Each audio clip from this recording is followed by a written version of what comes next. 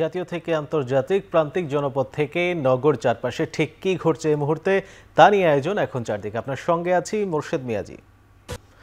এক সপ্তাহের মধ্যে গণভোট নিয়ে রাজনৈতিক দলগুলো ঐক্যবদ্ধ কোনো সিদ্ধান্ত না দিতে পারলে সরকারই সিদ্ধান্ত নেবে। সোমবার উপদেষ্টা পরিষদের জরুরি সভা শেষে একথা জানিয়েছেন আইন উপদেষ্টা আসিফ নজরুল। সভায় গণভোট নিয়ে রাজনৈতিক মতভেদে উদ্বেগ জানিয়েছে উপদেষ্টা পরিষদ।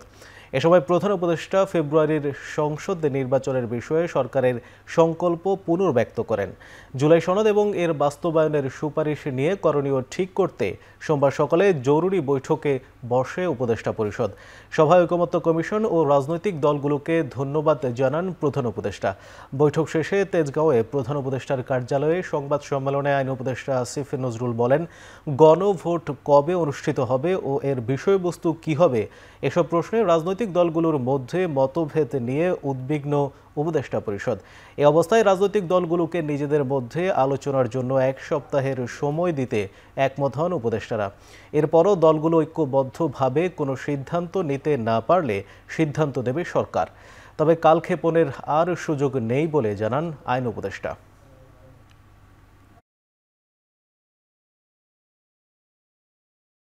ফ্যাসিবাদ বিরোধী আন্দোলনের দীর্ঘদিনের মিত্র রাজনৈতিক দলগুলোকে স্বীয় উদ্যোগে নিজেদের মধ্যে আলাপ আলোচনা করে সম্ভাব্য দ্রুততম সময়ে, সম্ভব হলে আগামী এক সপ্তাহের মধ্যে সরকারকে ঐক্যবদ্ধ দিক নির্দেশনা প্রদান করার আহ্বান জানানো হয়।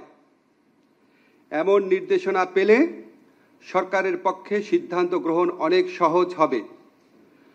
বর্তমান পরিস্থিতিতে কালক্ষেপণের যে কোনো সুযোগ নাই, সেটাও আমাদের সবার বিবেচনায় রাখা প্রয়োজন। নভেম্বরে গণভোট, জুলাই সনদ বাস্তবায়ন আদেশ এবং সংশোধিত আরপিও বহালের দাবিতে নতুন কর্মসূচি ঘোষণা করেছে জামায়াত ইসলামী আন্দোলন সহ 8টি রাজনৈতিক দল। 5 দফা দাবিতে প্রধান উপদেষ্টার বাসভবন অভিমুখে যুগপৎ গণ মিছিল করবে দলগুলো। দাবি আদায় না হলে দলগুলো মহাসমাবেশ করবে রাজধানীতে। সোমবার বাংলাদেশ খেলাফত মজলিসের কার্যালয়ে বৈঠক শেষে যৌথ ব্রিফিংয়ে এই কর্মসূচি ঘোষণা করা হয়। বাংলাদেশ খেলাফত মজলিসের আমির মাওলানা মামুনুল হক বলেন, জুলাই সনদের আইনি ভিত্তির মাধ্যমেই আগামী নির্বাচনের আয়োজন করতে হবে। এ সময় জামায়াতের নায়েবে আমির ডাক্তার সৈয়দ আবদুল্লাহ মোহাম্মদ তাহের বিএনপিকে আলোচনায় বসার আহ্বান জানান। বলেন, আলোচনায় প্রধান উপদেষ্টা রেফারির ভূমিকা নিতে হবে। ইসলামী আন্দোলন বাংলাদেশের আমির সৈয়দ রেজাউল করিম বলেন, নির্বাচনে ইসলামী দলগুলোর জোটবদ্ধ হচ্ছে। একই বিষয়ে জামায়াতের নায়েবে আমির বলেন, এই 8 দলের ভোট এক বাক্সে হবে। জাতীয় নির্বাচনের পূর্বেই পৃথকভাবে জুলাই সনদ বাস্তবায়নে গণভোট আয়োজন করতে হবে। আগামী 6 নভেম্বর বৃহস্পতিবার দিন সকাল 11টায় আমরা প্রধান উপদেষ্টা বরাবর স্মারক প্রদানের লক্ষ্যে গণমিছিল করব। আমরা কারণ হচ্ছে উপদেষ্টা পরিষদ যদি এটা মনে করে যে তাদের আর কোনো দায়িত্ব নাই, তারা কিছুই করবে না, দলগুলোই মিলে করবে, তাহলে এখানে একটা রেফারির অভাব হতে পারে। তো সেই জন্য আমি বলছি, আমরাও চেষ্টা করব উপদেষ্টা পরিষদের পক্ষ থেকে, বিশেষ করে চিফ অ্যাডভাইজার এখানে একটা রেফারির ভূমিকা পালন করবেন। এখানে তো আমরা সব একমত হয়েছি। একটি দল হঠাৎ করে তারা যে ঐক্যমতে আমরা পৌঁছেছিলাম সেখান থেকে সরে আসছে এবং তাদের দলের ভিতরেও ভিন্ন ভিন্ন বক্তব্য আছে। কোনটা ওনাদের দলীয় বক্তব্য, এটা কিন্তু আমরা কনফিউজ। আসলে নির্বাচনী একটা সমঝোতার ব্যাপারে আমরা কিন্তু এই দেশের এবং জাতির কল্যাণের জন্য আমরা ইস্যুভিত্তিক আমরা কার্যক্রম পরিচালনা করতেছি। ফেব্রুয়ারিতে জাতীয় নির্বাচনের কোনো বিকল্প নেই বলে মন্তব্য করেছেন জাতীয় ঐকমত্য কমিশনের সদস্য বদিউল আলম মজুমদার। সোমবার হাইকোর্টে সাংবাদিকদের প্রশ্নের জবাবে তিনি কথা বলেন। এদিকে সংবিধান বিশেষজ্ঞ ডক্টর শাহদিন মালিক বলেন, জাতীয় নির্বাচনের আগে গণভোট করা সংবিধান পরিপন্থী। এই মুহূর্তে গণভোট একটি অবাস্তব প্রস্তাব। প্রধান উপদেষ্টা কোনো আইন পাশ করতে পারে না বলেও মন্তব্য করেন তিনি। দেশের রেওয়াজ হলো একটা প্রস্তাব সংসদে পাশ হবে, তারপরে জনগণের কাছে গণভোটে যাওয়া হবে। তখন আগে গণভোট পরে সংসদ, এটা কিন্তু আইনে প্রচলিত ধারণার পরিপন্থী। আইন পাশ করার ক্ষমতা হলো সংসদের, আর ক্ষেত্র বিশেষে যখন সংসদ থাকে না তখন সাময়িকভাবে সেই অধ্যাদেশের মাধ্যমে এটা রাষ্ট্রপতিকে দেওয়া হয়েছে। প্রধান উপদেষ্টা তো প্রধানমন্ত্রীর মতো, অর্থাৎ নির্বাহী বিভাগের প্রধান। নির্বাহী বিভাগের প্রধান বা প্রধানমন্ত্রী বা প্রধান উপদেষ্টা কখনো আইন পাস করতে পারে না। আমাদের নির্বাচন যাতে আবার ফিরে আসে, আমরা যাতে সুষ্ঠু নিরপেক্ষ নির্বাচন হয়, এর মাধ্যমে আমাদের গণতান্ত্রিক প্রক্রিয়াটা আবার একটা ভিতের উপর দাঁড়ায় এবং এরপরে যে অন্য সংস্কারগুলোর মাধ্যমে আমাদের গণতান্ত্রিক উত্তরঞ্জন ঘটে। ট্রুথ শ্যাল ট্রায়াম্ফ, যে সত্য একদিন বেরিয়ে আসবে। আমি চাই ফেব্রুয়ারিতে নির্বাচন হোক, নির্বাচন হওয়াটা দরকার। বাংলাদেশ সংকটময় মুহূর্তে দাঁড়িয়ে গণতন্ত্রের পথে কিভাবে হাঁটবে সেটা নির্ভর করছে আগামী নির্বাচনের উপর, এমনটাই মন্তব্য করেছেন সিইসি AMM নাসির উদ্দিন। বলেন, এটিকে চ্যালেঞ্জ হিসেবে নিয়েছে কমিশন। সকালে আনসার ভিডিপির ভোট কেন্দ্রের নিরাপত্তা মহড়া ও 2025-26 সালের চতুর্থ ধাপের আনসার প্লাটুন সদস্যদের মৌলিক প্রশিক্ষণ কার্যক্রমের পরিদর্শন শেষে এসব জানান তিনি। এ সময় ভোট কেন্দ্রের নিরাপত্তায় মহড়াকে স্বস্তির উল্লেখ করে দেশব্যাপী বাহিনীর বিশাল নেটওয়ার্ক কাজে লাগিয়ে যে কোনো অপপ্রচার রোধে ভূমিকা রাখার আহ্বান জানান। একই সাথে AI এর অপপ্রচার ঠেকানো সহ সুষ্ঠু ভোট নিশ্চিতে ভোটার, রাজনৈতিক দল, সাংবাদিক ও বিভিন্ন বাহিনীর সহযোগিতা চান সিইসি। এ সময় ইসির নির্দেশনা অনুযায়ী আনসার ও গ্রাম প্রতিরক্ষা বাহিনী কাজ করবে বলে জানান বাহিনীর মহাপরিচালক মেজর জেনারেল আব্দুল মোতালেব। আগামী সংসদ নির্বাচনে প্রায় 5 লাখ সদস্য মোতায়েন থাকার কথা জানান তিনি। বলেন, বাহিনীর সক্ষমতা বাড়ানো ও সুষ্ঠু ভোট আয়োজনে গত 1 বছরে 1,45,000 নতুন সদস্য নিয়োগ হয়েছে বলেও জানান তিনি। ডিজিটাল সমন্বয়ের মাধ্যমে পূর্বের চেয়ে এই বছরে নির্বাচনী যে কার্যক্রম অনেক সুন্দরভাবে করা সম্ভব। গত 1 বছরেই আমরা 1,45,000-এর বেশি নতুন সদস্য গড়ে তুলেছি, যাদের প্রশিক্ষণ লক্ষ্য এবং উদ্দেশ্যই ভিন্ন ছিল, আগের মতো ছিল না। এটা ক্রিটিক্যাল অবস্থায় দেশ যখন রয়েছে, এখানে আমাদেরকে গতানুগতিক ধারায় কাজ করলে হবে না। বাংলাদেশের যে ভবিষ্যৎ যে গতিপথ নির্ধারণ হবে আগামী ইলেকশনের মাধ্যমে, এই গতিপথ নির্ধারণে এই আনসার বাহিনীর ভূমিকা বিশাল একটা ভূমিকা থাকবে। প্রিসাইডিং অফিসার, পুলিং অফিসার, আইন শৃঙ্খলা বাহিনী থেকে আরম্ভ করে প্রায় আনুমানিক প্রায় 10 লক্ষ লোক এখানে ইনভলভ হবে। এর অপব্যবহার করে সোশ্যাল মিডিয়ার মাধ্যমে যে কোনো ধরনের একটা দুর্ঘটনা ঘটানো ফেলা সম্ভব। যে কোনো একটা জিনিস সোশ্যাল মিডিয়াতে দেখলে সাথে সাথে যাতে বিশ্বাস না করে, এটা ফ্যাক্ট চেক করে এটা সত্য না মিথ্যা এটা যাচাই করে তারপরে যাতে বিশ্বাস করে এবং তারপরে যাতে শেয়ার করে। মেট্রো রেলের সাম্প্রতিক দুর্ঘটনার পেছনে নকশায় ভুল, নিম্নমানের সরঞ্জাম ব্যবহার অথবা ঠিকমতো কাজ বুঝে না নেওয়ার মতো ত্রুটি থাকতে পারে বলে মনে করছেন DMTCL কর্তৃপক্ষ। এমন সংকটে মেট্রো রেলের নিরাপত্তা নিশ্চিতে নিরপেক্ষ প্রতিষ্ঠান নিয়ে নিরীক্ষণের কথা ভাবছে প্রতিষ্ঠানটি। সোমবার মেট্রো ভবনে সংবাদ সম্মেলনে একথা জানান ঢাকা ম্যাস ট্রানজিট কোম্পানি লিমিটেডের পরিচালক ফারুক আহমেদ। তিনি বলেন, তদন্তের পরই দুর্ঘটনার কারণ নিশ্চিত করে বলা যাবে। তবে কাজ বুঝে নেয়ার দায়িত্বে থাকা পরামর্শক প্রতিষ্ঠানের অদক্ষতার থাকতে পারে বলেও মন্তব্য করেন তিনি। DMTCL প্রধান আরও বলেন, খরচ অনুযায়ী এটি পৃথিবীর সেরা মেট্রো হওয়ার কথা, কিন্তু 100 বছরের ওয়ারেন্টি থাকা সত্ত্বেও আমরা অসহায়।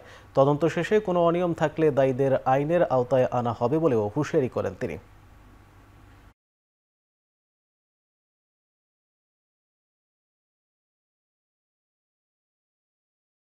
আমরা অর্গানাইজেশনের ডাইনামিক আনার জন্য, ইয়াং ব্লাড আনার জন্য এবং নতুন ব্লাড আনার জন্য অনেক বড় বড় পোস্টে অ্যাডভার্টাইজমেন্ট করছি। It is a structural reform of the organisation.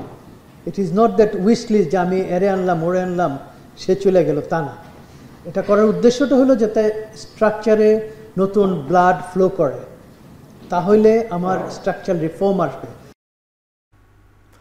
Telecom খাতের খসড়া নীতিমালা সংশোধনের দাবি জানিয়ে বাংলাদেশ টেলি যোগাযোগ নিয়ন্ত্রণ কমিশনের সামনে অবস্থান কর্মসূচি পালন করছেন ইন্টারনেট ব্যবসায়ীরা।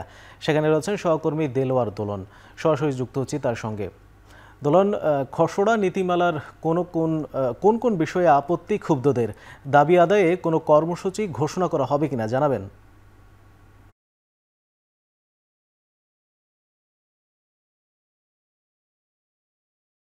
3টার পর থেকে বিটিআরসি ভবনের সামনে ইন্টারনেট ব্যবসায়ীরা অবস্থান নিতে শুরু করেন। 3:30 নাগাদ তারা ঠিক ভেতরে এভাবেই বসে পড়েন। এরপর থেকে তারা দাবি জানিয়ে আসছেন যে নতুন যে নীতিমালা হয়েছে তা সংশোধন যতক্ষণ পর্যন্ত করা না হবে তারা আন্দোলন চালিয়ে যাবেন, তাদের অবস্থান কর্মসূচি চালিয়ে যাবেন।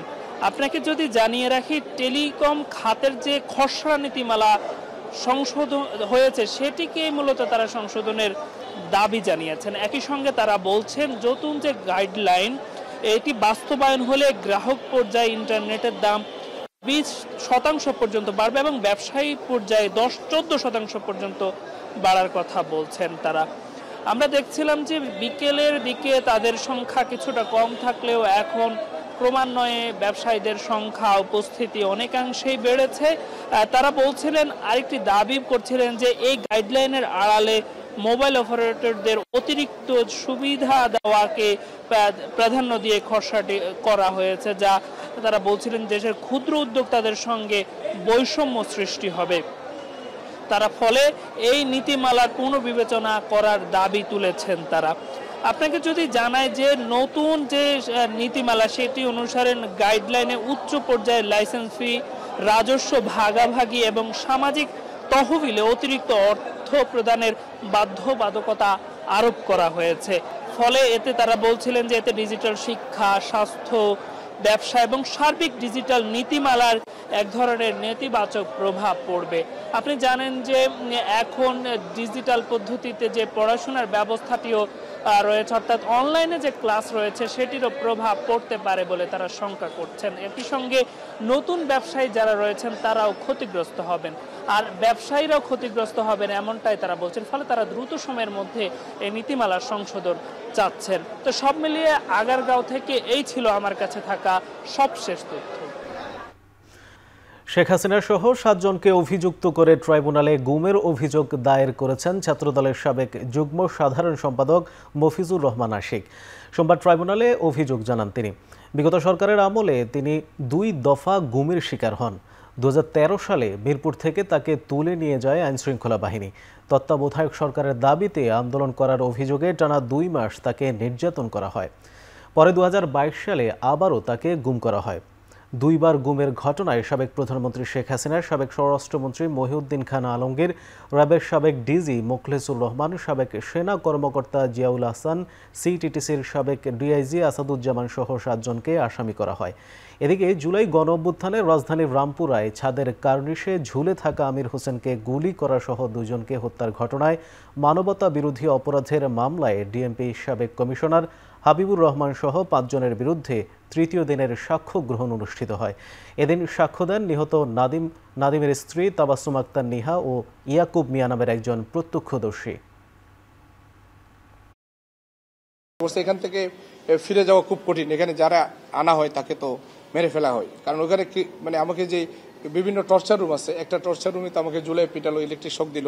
পরবর্তী আমাকে একটা রুমে নিয়ে যায়, সেখানে যখন আমার সামনে চোখ ছিল, মানে চোখে বন্ধনে যখন ছিল, আমি একদিন সামনে হ্যান্ডকাপ থেকে উঠে দেখলাম ওখানে করাতের মতো বিষয় দেখলাম। আমি তাড়াতাড়ি চোখ দেখে ফেলি। ওখানে আমাকে 1, 2, 3টা জায়গায় রাখা হয়েছে বিভিন্ন সময়ে। ফলে ওদের বিভিন্ন জায়গায় বিভিন্ন টর্চারের সিস্টেম আছে আর কি। সাবেক প্রধানমন্ত্রী শেখ হাসিনার বিরুদ্ধে পূর্বাচলে রাজুকের প্লট দুর্নীতির অভিযোগে দুদকের করা মামলায় 5 নম্বর আসামি খুরশিদ আলমের বিরুদ্ধে কোনো অভিযোগ পাওয়া যায়নি বলে আদালতে জানিয়েছেন মামলার তদন্ত কর্মকর্তা ও দুদক কর্মকর্তা আফনান জান্নাত কেয়া। সাক্ষীর জেরায় তদন্ত কর্মকর্তা জানান, তদন্তকালে প্রধানমন্ত্রীর কার্যালয় সহ সংশ্লিষ্ট দপ্তরের 21 জনের 161 ধারায় জবানবন্দি নেন তিনি। এ সময় তারা খুরশিদ আলমের বিরুদ্ধে কোনো অভিযোগ করেননি। প্লট বরাদ্দের মাধ্যমে খুরশিদ ব্যক্তিগতভাবে লাভবান হননি বলেও জানান তদন্ত কর্মকর্তা। তবে নথিগতভাবে খুরশিদের বিরুদ্ধে অভিযোগের প্রমাণ রয়েছে বলে জানায় দুদকের আইনজীবীরা। সোমবার সকালে ঢাকার 5ম বিশেষ জজ আদালতে মামলার তদন্ত কর্মকর্তা আংশিক জেরা অনুষ্ঠিত হয়। আগামী 6 অক্টোবর অবশিষ্ট জেরা এবং একই অভিযোগে সজীব ওয়াজেদ জয় ও সাইমা ওয়াজেদ পুতুলের বিরুদ্ধে মামলার সাক্ষ্য গ্রহণ ও জেরা হওয়ার কথা রয়েছে। ক্ষমতার অপব্যবহার করে পূর্বাচলে নতুন শহর প্রকল্পে 30 কাঠা প্লট বরাদ্দের অভিযোগে মামলা করে দুদক। এসব মামলায় শেখ হাসিনা ও তার 2 ছেলে মেয়ে সহ 47 জনকে আসামি করা হয়।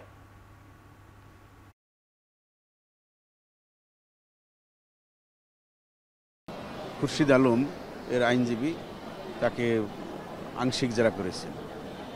ওখানে তার সংশ্লিষ্টতার বিষয়ে বিভিন্ন ধরনের প্রশ্ন করেছেন, রাজুকের ভোট সভার বিষয়ে, তারপর এই সিদ্ধান্তগুলো কোথা থেকে এসেছে এই বিষয়ে তারা বিভিন্ন ধরনের প্রশ্ন করেছে। আর শেখ হাসিনা মামলা সাক্ষী এবং জেরা সম্পূর্ণ শেষ, শুধু আজকে আংশিক বাকি রাখলো আগামী বৃহস্পতিবারে শুনানির জন্য। আগামী বৃহস্পতিবার এই জেরা শেষ হয়ে গেলে আমরা আর্গুমেন্টের জন্য আমরা ধার্য তারিখ পাবো। আর্গুমেন্ট শেষ হয়ে গেলে আমরা রায়ের ধার্য তারিখ। সাম্প্রতিক সময়ে গণ অভ্যুত্থান হওয়া দেশগুলোর মধ্যে বাংলাদেশে সরাসরি বিদেশি বিনিয়োগ 19.13% বৃদ্ধি পেয়েছে। সোমবার বাংলাদেশ বিনিয়োগ উন্নয়ন কর্তৃপক্ষ বিডা জনসংযোগ কর্মকর্তা প্রশান্ত কুমার মণ্ডল স্বাক্ষরিত এক বিজ্ঞপ্তিতে এই তথ্য জানানো হয়। বিজ্ঞপ্তিতে বলা হয়, বড় ধরনের রাজনৈতিক পরিবর্তনের পর বিদেশি বিনিয়োগ হ্রাস পায়, কিন্তু বাংলাদেশ এই ধারায় একমাত্র ব্যতিক্রম হিসেবে আবির্ভূত হয়েছে। একই সময়ে শ্রীলঙ্কায় এফডিআই কমেছে 19.49%, চিলিতে 25.86%, সুদানে 27.60%, ইউক্রেনে 61.21%, মিশরে 107.55% এবং ইন্দোনেশিয়াতে 161.49% হ্রাস পেয়েছে বলে জানানো হয়। সময়োপযোগী সিদ্ধান্ত ও নীতিমালার মাধ্যমে এই অর্জন সম্ভব হয়েছে বলে মন্তব্য করেছেন বিডার চেয়ারম্যান আশিক চৌধুরী। তিনি বলেন, বাংলাদেশের সবচেয়ে বড় গুণ প্রতিকূলতার মধ্যেও ঘুরে দাঁড়ানোর অদ্ভুত ক্ষমতা।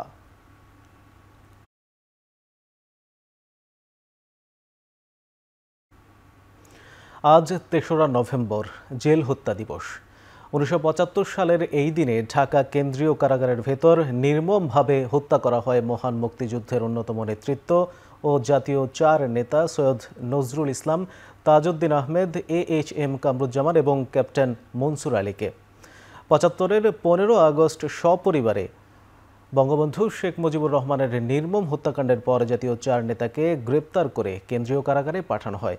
মুক্তিযুদ্ধ পরিচালনার জন্য 1971 সালে গঠিত মুজিবনগর সরকারের গুরুত্বপূর্ণ সদস্য ছিলেন তারা। এর মধ্যে অস্থায়ী রাষ্ট্রপতি হিসেবে দায়িত্ব পালন করেন সৈয়দ নজরুল ইসলাম, তাজউদ্দিন আহমেদ ছিলেন প্রধানমন্ত্রীর দায়িত্বে, AHM কামরুজ্জামান ও মনসুর আলী ছিলেন প্রবাসী মন্ত্রিসভার সদস্য। এই নৃশংস হত্যার ঘটনায় করা মামলায় আদালত 3 জনকে মৃত্যুদণ্ড এবং 8 জনকে যাবজ্জীবন কারাদণ্ড দিয়েছিলেন। দণ্ডিতদের মধ্যে আসামি ক্যাপ্টেন আব্দুল মাজেদ বঙ্গবন্ধু হত্যা মামলায় মৃত্যুদণ্ড পেয়েছিলেন। খুলনার তেলিগাতি এলাকার কুয়েট সড়কে বিএনপি কার্যালয়ে দুর্বৃত্তের গুলিতে মাদ্রাসা শিক্ষক নিহতের ঘটনায় এখন পর্যন্ত কেউ আটক হয়নি, কোনো মামলাও দায়ের করা হয়নি। হত্যাকাণ্ডের প্রতিবাদে বিক্ষোভ মিছিল করেছে স্থানীয় বিএনপির নেতাকর্মীরা। হত্যার ঘটনায় শোকস্তব্ধ শিক্ষক ইমদাদুল হক এর পরিবার। স্বামীর মৃত্যুতে বাকরুদ্ধ হয়ে পড়েছেন স্ত্রী সুলতানা রাজিয়া। সাধারণ মানুষের নিরাপত্তা নিয়েও প্রশ্ন তোলেন নিহতের পরিবার। রোববার রাত 9টার দিকে নগরীর তেলিগাতি এলাকায় নিজ কার্যালয়ে ইউপি সদস্য ও বিএনপি নেতা মামুন শেখকে লক্ষ্য করে গুলি ও বোমা হামলা চালায় সন্ত্রাসীরা। এ সময় মামুন শেখ সহ সেখানে থাকা 3 জন গুলিবিদ্ধ হন। আশঙ্কাজনক অবস্থায় তাদের উদ্ধার করে খুলনা মেডিকেলে নেওয়া হয়। এ সময় পথেই মারা যান ইমদাদুল হক নামে এক মাদ্রাসা শিক্ষক। পুলিশ বলছে, পূর্বশত্রুতার জেরে এই ঘটনা ঘটতে পারে, তবে জড়িতদের দ্রুত গ্রেপ্তারের চেষ্টা চলছে। যেমনি শব্দ শুনেছে সবাই বেরোয় গেছে, আমিও বেরোয় গেছি, সবাই দৌড়াই গেছে, আমিও দৌড়াই গেছি, এরকম ছিল। দেখলাম মানে অনেক লোকজন, আর লাশ উঠালো, দানে উঠে নিয়ে চলে গেল। একটা ছেলে একটা মেয়ে রেখে গেছেন, এখন এদের দায়িত্ব কে নেবে? এদের দায়িত্ব কি সরকার নেবে? সরকার দায়িত্ব নেবে না, তাইলে সাধারণ মানুষ এইভাবে হয়রান শিকার কেন হবে? আমাদের নিরাপত্তা কোথায়? শরীয়তপুরের জাজিরায় মসজিদ নির্মাণকে কেন্দ্র করে 2 পক্ষের সংঘর্ষ ও ককটেল বিস্ফোরণে অন্তত 5 জন আহত হয়েছে। সোমবার দুপুরে জাজিরার নাওডোবার লতিফ ফকিরের কান্দি এলাকায় এই সংঘর্ষের ঘটনা ঘটে। পুলিশ জানায় জাজিরা লতিফ ফকিরের কান্দি এলাকায় আধিপত্য বিস্তার নিয়ে লতিফ ফকির এবং ফয়জুল করিম মাতবরের মধ্যে দ্বন্দ্ব চলছিল। দুপুরে লতিফ ফকিরের কান্দি এলাকায় সরকারি জমিতে মসজিদ নির্মাণ করেছিলেন ফয়জুল করিমের লোকজন। এ সময় লতিফ ফকিরের সমর্থকরা বাধা দিলে শুরু হয় সংঘর্ষ। পরে দুপক্ষের সমর্থকরা 18 থেকে 20টি ককটেল বিস্ফোরণ করে ও দেশীয় অস্ত্র নিয়ে সংঘর্ষে জড়ায়। ঘণ্টাব্যাপী সংঘর্ষে আহত হন অন্তত 5 জন। আহতদের জাজিরা উপজেলা স্বাস্থ্য কমপ্লেক্সে ভর্তি করা হয়েছে। পরে পুলিশ ঘটনাস্থলে গিয়ে পরিস্থিতি নিয়ন্ত্রণে আনে। এ সময় 6টি তাজা ককটেল উদ্ধার করে পুলিশ। ঝিনাইদহে আধিপত্য বিস্তার নিয়ে বিএনপির দুই পক্ষের সংঘর্ষে অন্তত 12 জন আহত হয়েছে। দুপুরে সদর উপজেলার কলামনখালী বাজারে এই সংঘর্ষের ঘটনা ঘটে। স্থানীয়রা জানায়, দীর্ঘদিন ধরে কলামনখালী গ্রামের বিএনপি নেতা ও সাবেক চেয়ারম্যান আসাদ ও মাসুদ জোয়ারদারের সমর্থকদের মধ্যে বিরোধ চলে আসছিল। এর জের ধরেই সোমবার সকালে উভয় পক্ষের লোকজন দেশীয় অস্ত্র নিয়ে সংঘর্ষে জড়িয়ে পড়ে।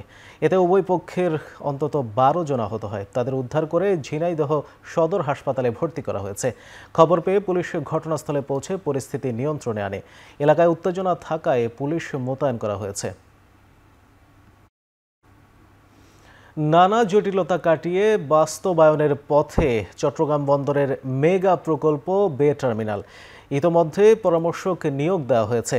জুনে বে টার্মিনালের স্রোতরোধী প্রাচীর নির্মাণ ও অ্যাক্সেস চ্যানেল নির্মাণ কাজের দরপত্র আহ্বান করা হবে। বে টার্মিনালের অবকাঠামো উন্নয়ন সংক্রান্ত সম্মেলনে এই তথ্য জানানো হয়। অনুষ্ঠানে এই প্রকল্পের অগ্রগতি তুলে ধরে বন্দর চেয়ারম্যান বলেন, আগামী 100 বছরের চাহিদাকে বিবেচনায় নিয়ে এই টার্মিনাল নির্মিত হবে। এটি হবে দেশের অর্থনীতির গেম চেঞ্জার, যা চট্টগ্রাম বন্দরকে বিশ্বমানের বন্দরে কাতারে নিয়ে যাবে। এছাড়া বিদেশি বিনিয়োগকারীদের জন্য খুলবে নতুন দুয়ার। প্রকল্পের অগ্রগতিতে সন্তুষ্ট প্রকাশ করে বিশ্বব্যাংকের কান্ট্রি ম্যানেজার আশা প্রকাশ করেন, এটি হবে একটি সফল প্রকল্প।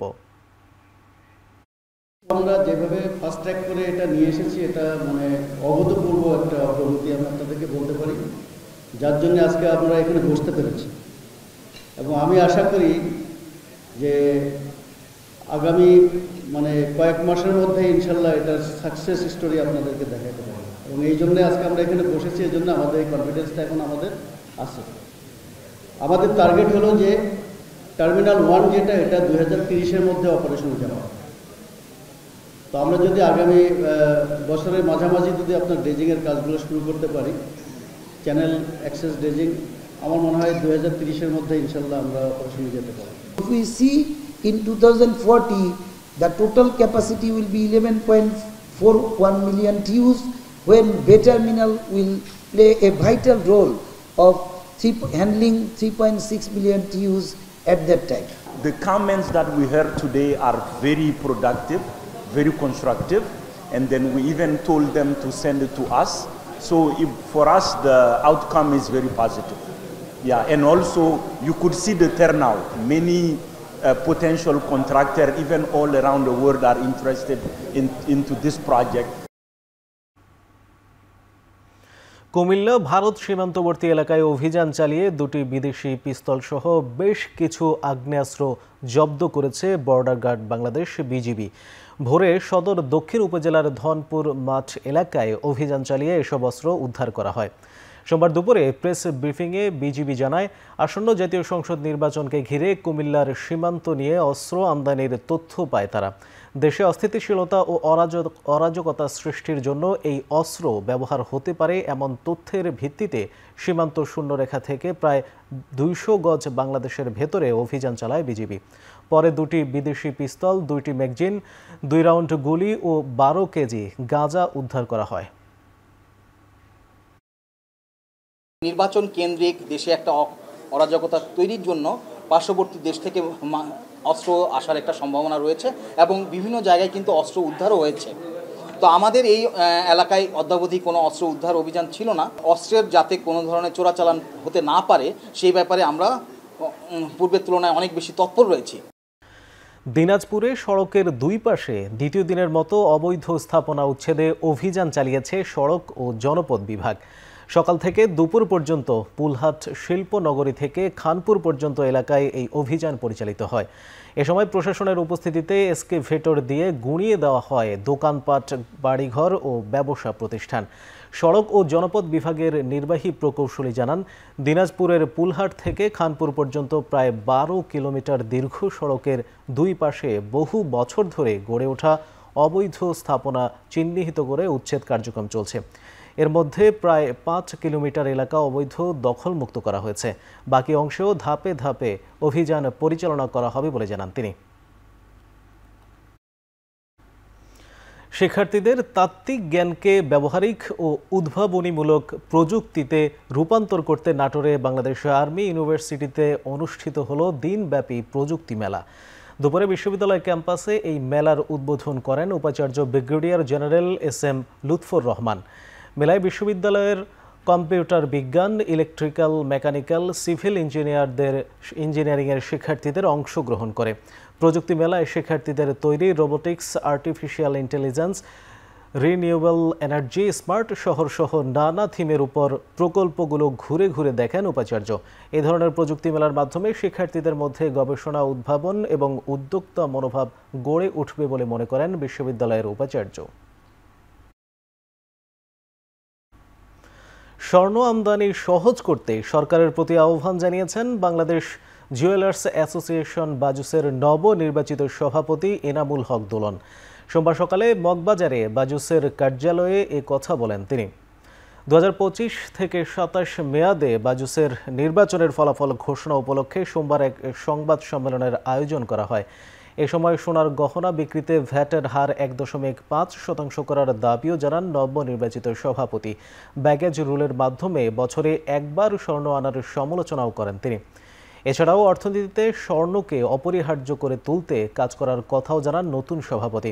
এ সময় 2 বছর মেয়াদী বাজুসের নবনির্বাচিত পরিচালনা পর্ষদের সবার নাম ঘোষণা করেন বাজুসের নির্বাচন বোর্ডের চেয়ারম্যান নাসরিন ফাতেমা আওয়াল।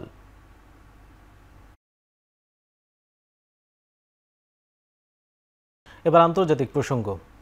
গেল আগস্টের পর আবারও ভয়াবহ ভূমিকম্পের কবলে আফগানিস্তান। দেশটির উত্তরে মাজার-ই শরীফ শহরে 6.3 মাত্রার ভূমিকম্পে প্রাণ গেছে অন্তত 20 জনের। আহতের সংখ্যা ছাড়িয়েছে 300।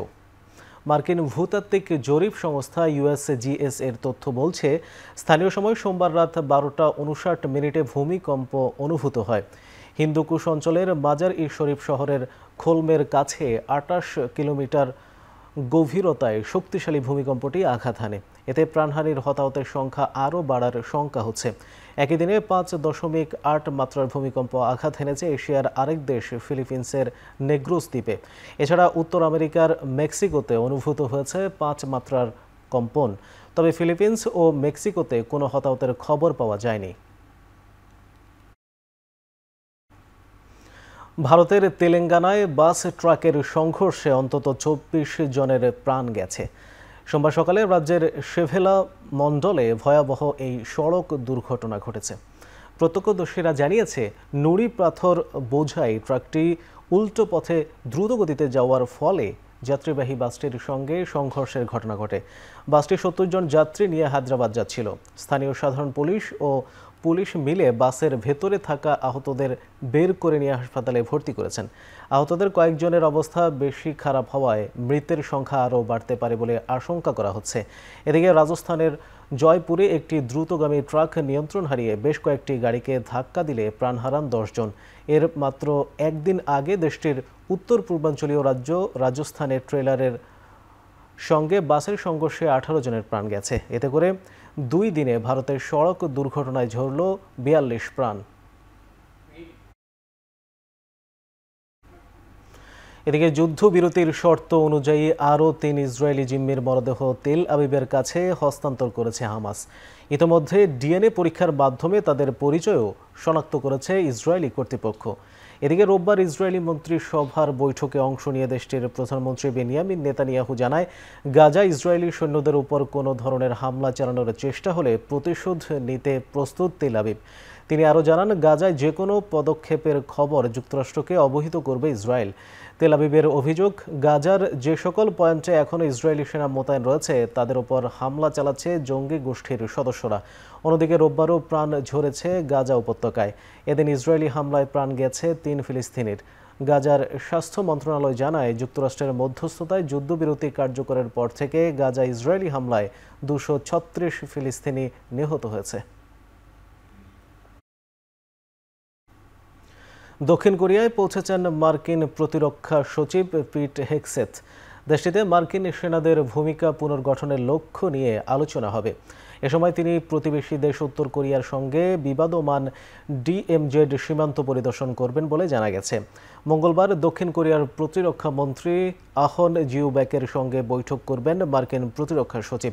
আলোচনায় উঠে আসবে উভয় পক্ষের সামরিক জোটের গতিপথ। এছাড়া পারমাণবিক শক্তিধর উত্তর কোরিয়ার বিরুদ্ধে দক্ষিণ কোরিয়ার প্রতিরক্ষা পরিকল্পনা নির্ধারণে সহায়তা করবে যুক্তরাষ্ট্র। দক্ষিণ চীন সাগর ও তাইওয়ানের আশেপাশে চীনা কার্যকলাপ নিয়ে উদ্বেগের মধ্যেই ওয়াশিংটনের এই পদক্ষেপ। এশিয়ায় ক্ষমতার ভারসাম্য বজায় রাখতে দক্ষিণ কোরিয়ায় 28,500 মার্কিন সেনার ভূমিকা আরও নমনীয় করার কথা বিবেচনা করছে যুক্তরাষ্ট্র।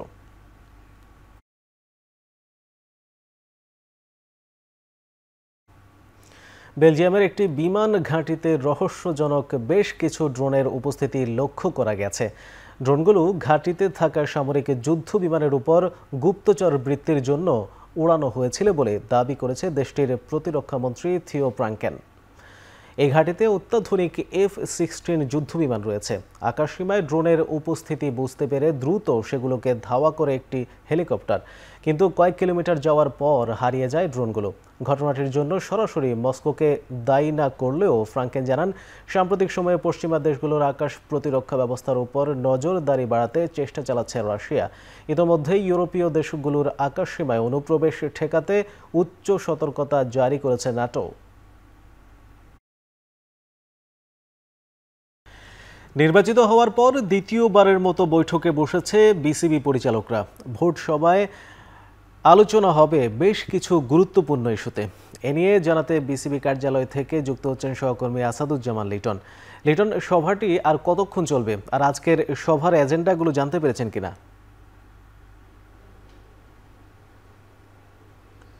ধন্যবাদ মোর্শেদ। আজ বিকেল 3টায় এই সভা শুরু হওয়ার কথা ছিল, যদিও এটি মোটা থেকে বলতে গেলে দ্বিতীয়বারের মতো পরিচালনা পরিষদ বসেছে আজকে। তবে যদি ওভারঅল ধরি বা পূর্ণাঙ্গ হিসেবে ধরলে কিন্তু এটি প্রথমবারের মতো, কারণ এর আগে সংক্ষিপ্ত আকারে জরুরি ভিত্তিতে কিন্তু এই সভাটি অনুষ্ঠিত হয়েছিল। তবে আজই প্রথমবার এক কথায় পূর্ণাঙ্গ 25 জন মিলিয়ে আর কি আপনার সবাই বসেছে, যেখানে কিন্তু বেশ অনেকগুলো বিষয় নিয়ে আলোচনা হবে। বিকেল 3টায় আলোচনা শুরু হওয়ার কথা থাকলেও 4টার দিকে, 4টার একটু আগে কিন্তু সভাটি শুরু হয় এবং এখন পর্যন্ত যতখানি জানতে পেরেছি এখনও কমপক্ষে আধা ঘন্টা থেকে 1 ঘন্টা হয়তোবা অথবা পরিস্থিতি বিচারের বেশি সময়ও সভাটি অনুষ্ঠিত হতে পারে। আজকে সবাই কিন্তু বেশ কিছু বিষয় নিয়ে আলোচনা বা এজেন্ডা রয়েছে। এর মধ্যে সবচেয়ে বেশি গুরুত্ব দেওয়া হচ্ছে বিপিএলকে। এখানে প্রথমত বিপিএলের একাদশ আসর অর্থাৎ গত আসরের ফিক্সিং ইস্যু নিয়ে কিন্তু বেশ অনেক কথা হয়েছে, অনেক আলোচনা হয়েছে, সমালোচনা হয়েছে এবং কিছুদিন আগে এই বেশ প্রায় 900-র বেশি পৃষ্ঠার কিন্তু তদন্ত প্রতিবেদন সেটি কিন্তু বিসিবির হাতে এসেছে। তো এই বিষয় নিয়ে আর কি আজকে অনেক বেশি আলোচনা হবে যতখানি জানা গেছে। এর পাশাপাশি এই তদন্ত প্রতিবেদন দেখভাল করার জন্য অ্যালেক্স মার্শাল তার সঙ্গে কিন্তু বিসিবি চুক্তি করেছে। তো তার সঙ্গে চুক্তি আসলে কীভাবে হবে বা তিনি কীভাবে কাজ করবেন এসব নিয়েও কিন্তু কথা হবে। এর পাশাপাশি দ্বাদশ বিপিএল শুরু হতে কিন্তু খুব বেশি দেরি নেই, মোটামুটি ডিসেম্বরের মাঝামাঝি সময় থেকে দ্বাদশ বিপিএল শুরু হওয়ার কথা রয়েছে। তবে এখন পর্যন্ত কিন্তু কোন কোন দল এবারের আসন্ন বিপিএলে খেলবে সেটি কিন্তু এখন পর্যন্ত চূড়ান্ত হয়নি। আমরা এখন পর্যন্ত যা জানতে পেরেছি 11টি প্রতিষ্ঠান কিন্তু আগ্রহ দেখিয়েছিল, এর মধ্যে 3টি এরই মধ্যে বাদ পড়েছে, আরও কিন্তু 8টি প্রতিষ্ঠান এখনও দৌড়ে আছে। তো মোটামুটি 5 থেকে 6টি টিম নিয়ে কিন্তু বিপিএল অনুষ্ঠিত হবে। তো কারা কারা এই দলগুলো পাবে তাদেরকে নিয়ে কিন্তু এই আজকের যে আলোচনা সেখানে কিন্তু কথা হবে। এই ছিল আমার কাছে সর্বশেষ।